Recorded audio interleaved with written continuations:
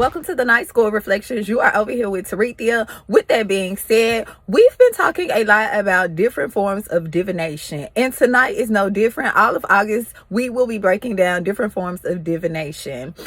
Tonight, we will be talking about palmistry, onomancy, clairomancy, clairvoyance, and clairaudience. With that being said, let's get started. Now, I mentioned earlier that we will be talking about different forms of divination. The first form of divination we will be talking about today is palmistry. Now, palmistry is actually the use of the lines to interpret a certain outcome of that particular person. Okay, so with that being said, reflection, let's take a look at a video to kind of give you a better look of what palmistry is. Through the study of their palms. Dating back to roots of ancient Hindu astrology and gypsy fortune-telling several thousand years ago, it is now known and practiced worldwide. Palm reading is a very powerful source of valuable information. It gives us insight into both our physical and our eternal body. There are palm signs which help us understand more about the path we're set upon in this life and the future we're about to experience. Moreover, there are signs which show us our strengths and our hidden esoteric abilities. Both our talents and inclines. One marriage line, it indicates it will be happy marriage, like this. And these vertical lines means children. There are 4 clear lines, it means 4 children. We just talked about palmistry, so now we're on to onomancy. Onomancy is actually the use of your name or a person's name, reflection. Each character, each letter in your name has a number value. Because remember, numbers are letters, letters are numbers, numbers and letters are all symbols. Okay, we are over here talking about magic. Okay, and magic is nothing but illusions hidden in plain sight. So with that being said, reflection, onomancy, it deals with your name, the first, middle, and the last name. They use your name to determine a certain outcome or a course of action that will happen in that person's lifetime. So with that being said, reflection, let's take a better look at what onomancy really is. Let's get started. Which looks like this. Let's work through an example. Let's say we want to calculate the expression number for Paul McCartney. We start out by writing his full legal name, which is James Paul McCartney. And using the Pythagorean numerology table, we work out the number for each letter in the name. In other words, we match each letter in the name to a number value in the Pythagorean table. And when we do that, we get a list of numbers that looks like this. Then we add each of the digits together. And when we do that, we get the number 65. Anytime we have a number that's more than 1 digit, we add each of the digits together until there's only 1 digit left. We call this process reducing the numbers. The only exception is if we get the numbers 11, 22, or 33. We don't reduce these numbers. They're master numbers which have their own specific meanings. In this case, we reduce the number 65 by adding its digits, 6 and 5, together. And when we do that, we get the number 11, which we don't reduce any further because it's a master number. And so Paul McCartney has an 11 expression number. But let's say you only know someone's first name, or you only know their last name. Even if you don't know their full name, numerology can reveal powerful insights from these names as well. Let's go back to our example with Paul McCartney. We can separate the vibrations of the name into a first name, middle name, and last name. Using the same chart, we find that the letters in his first name, James, has these number values. And when we add and reduce those numbers, we get the number 3. In numerology, the first name reveals insights into your spiritual aspirations and goals in your lifetime. In this case, the first name James reveals a 3 vibration. We also find that the letters in the middle name Paul has these number values. And when we add and reduce these numbers, we get the number 5. According to numerology, the middle name reveals extra resources and qualities that you can rely on in times of crisis and spiritual growth. In this case, the name Paul has a 5 vibration. Lastly, we find that the last name McCartney gives us these number values. And when we add and reduce these numbers, we get the number 3. According to numerology, the last name tells us powerful karmic lessons and important issues that arise in our family histories and our family relationships. We talked a lot about onomancy, so now we're here to talk about clairvoyance. You may have heard of clairvoyance. This particular form of divination deals with seeing into the future. Now, sometimes clairvoyance can be enticed through a self-indulged trance, or sometimes it just comes while this person is awake. Okay, the person that has this ability of clairvoyance. Okay, so with that being said, reflection, this person can see into the future. You know, have you ever just been up, and this is how you know when you're clairvoyant? You'll just be up and images will just literally come to you. Like, you can just see images that you never seen before.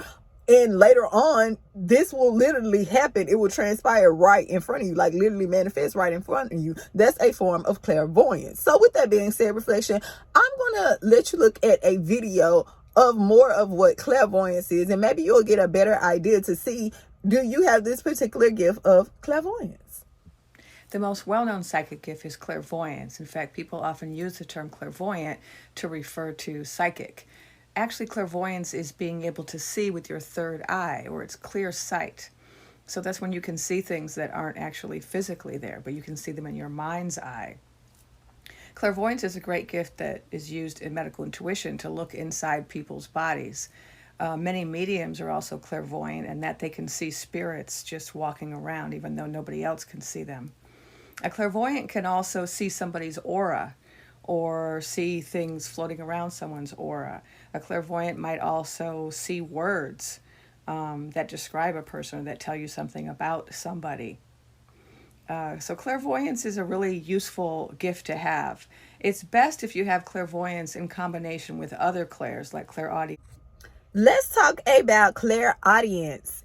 The name kind of says it all. Audience. This particular form of divination, they call it clear hearing, because this particular divinator can actually hear spirits. They can actually speak to spirits, and spirits can actually speak back with them.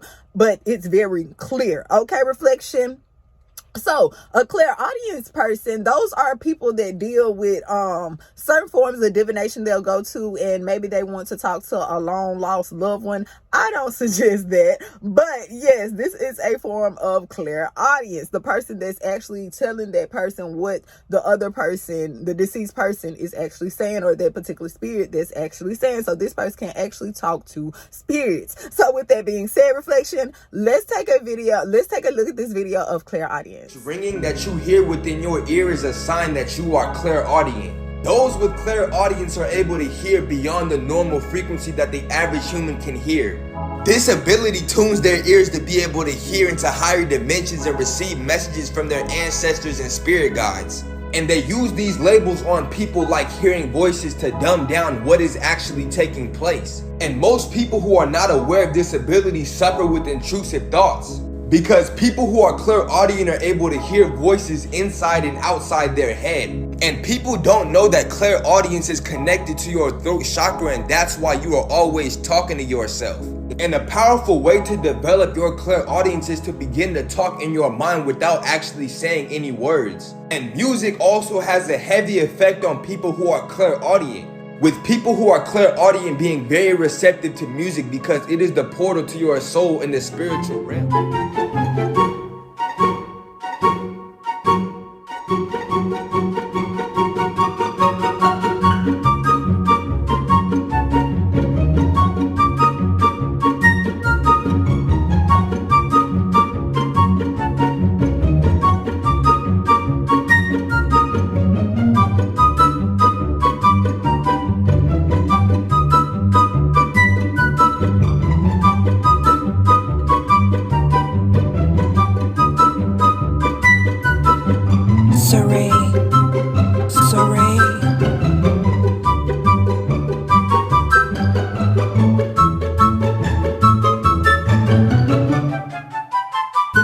Last on the list is clairomancy. What is clairomancy? Clairomancy actually use seashells and pebbles in this form of divination. They will actually use seashells and pebbles that actually washed up on the ocean, and they will actually use these particular seashells. Some would even put them to their ear and listen at the sounds and get different meanings from the sounds that they're hearing. So it's kind of like clairaudience, but they're actually using seashells, okay, and they're using pebbles. So that is another form of divination. Let's take a look at this video of clairomancy. keep it, then you go out and you talk to people, convince people, persuade people, and they listen to you. Okay, so this is what we use this very one for.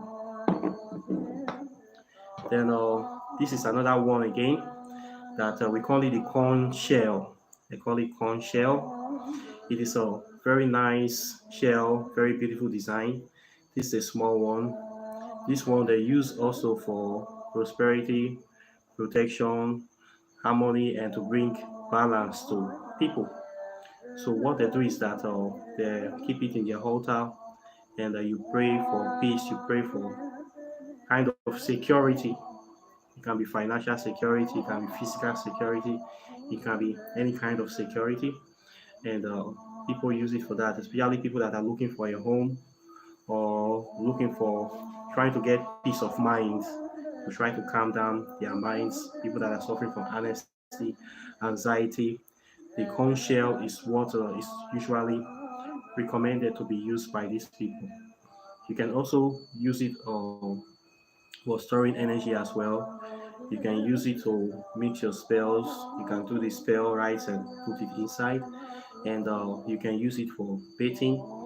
You can also use it for protection, and basically anything you want to use it for. You just keep it as an altar piece and you charge it. You use it for storing energy. Okay, so this is what you use this corn shell for. There are different type of corn shell.